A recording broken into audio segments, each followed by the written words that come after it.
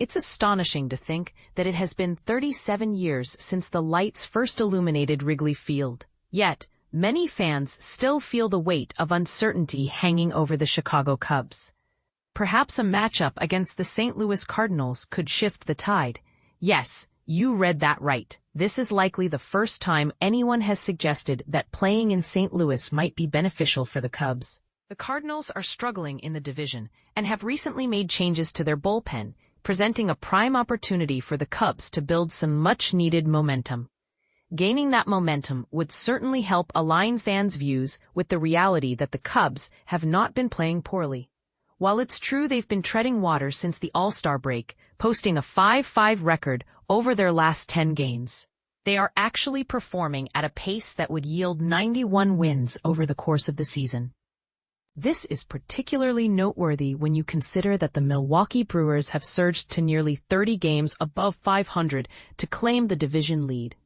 If the Cubs can return to winning 2 out of 3 games, instead of relying on salvaging series with a late victory, they should be in a good position.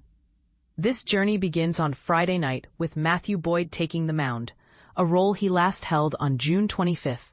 In that game, Boyd delivered 6 shutout innings, helping the Cubs even the series and kick-starting a remarkable stretch where he recorded 5 scoreless outings in 7 starts. Remarkably, 2 of those stellar performances were against the Cardinals, resulting in a flawless 0.00 ERA for Boyd, with just 6 hits allowed, 9 strikeouts, and 1 walk over 11 innings. Fans are certainly hoping for a repeat of that success. Manager Craig Counsell is shaking things up with the lineup in an effort to ignite the offense. Michael Busch will be batting and playing first base, while Seiya Suzuki takes on the designated hitter role and Kyle Tucker is positioned in right field. Ian Happ is batting cleanup in left field, which is akin to giving a particularly vocal Facebook commenter a well-deserved atomic wedgie. They won't be able to shake off that embarrassment for at least a week. Pete Crow Armstrong will be in center field, Carson Kelly is behind the plate, and Willie Castro is at third base. Nico Horner is stationed at second base, and Dansby Swanson completes the lineup at shortstop. The Cubs will face off against the youthful right-hander Michael McGreevy, who they managed to hit quite well in their previous encounter before Boyd's last outing. At just 25 years old, McGreevy has been shuttling between St. Louis and Memphis throughout the season, marking his 5th stint with the Major League team this year. He has started 6 of his MLB appearances thus far, posting a 5.08 ERA with only 23 strikeouts over 39 innings. Drafted 18th overall from UC Santa Barbara in 2021, McGreevy has shown consistency in the minors, even if he hasn't been particularly flashy.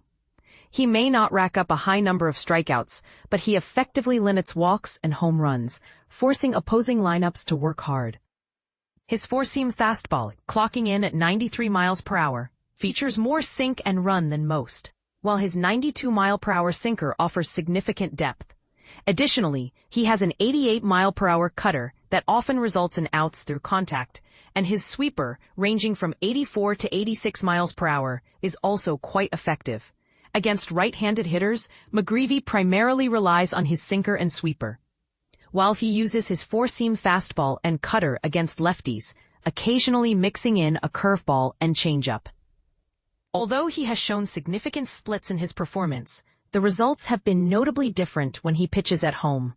McGreevy tends to give up his fair share of hits, having allowed more than 1 hit per inning since reaching Double-A in 2022, so it's crucial for the Cubs to capitalize on those opportunities. In their previous matchup, the Cubs managed to collect 7 hits against him, highlighted by a 3-run homer from Suzuki, which was the most significant blow. They also struck out only once, breaking McGreevy's streak of 3 consecutive games with 5 strikeouts each to start his season. On paper, everything suggests that the Cubs should be able to assert their offensive prowess, but as we all know, games are not won on paper. Mark your calendars for the first pitch at 7:15 p.m. CT, which will be broadcast on Marquee and 670 The Score.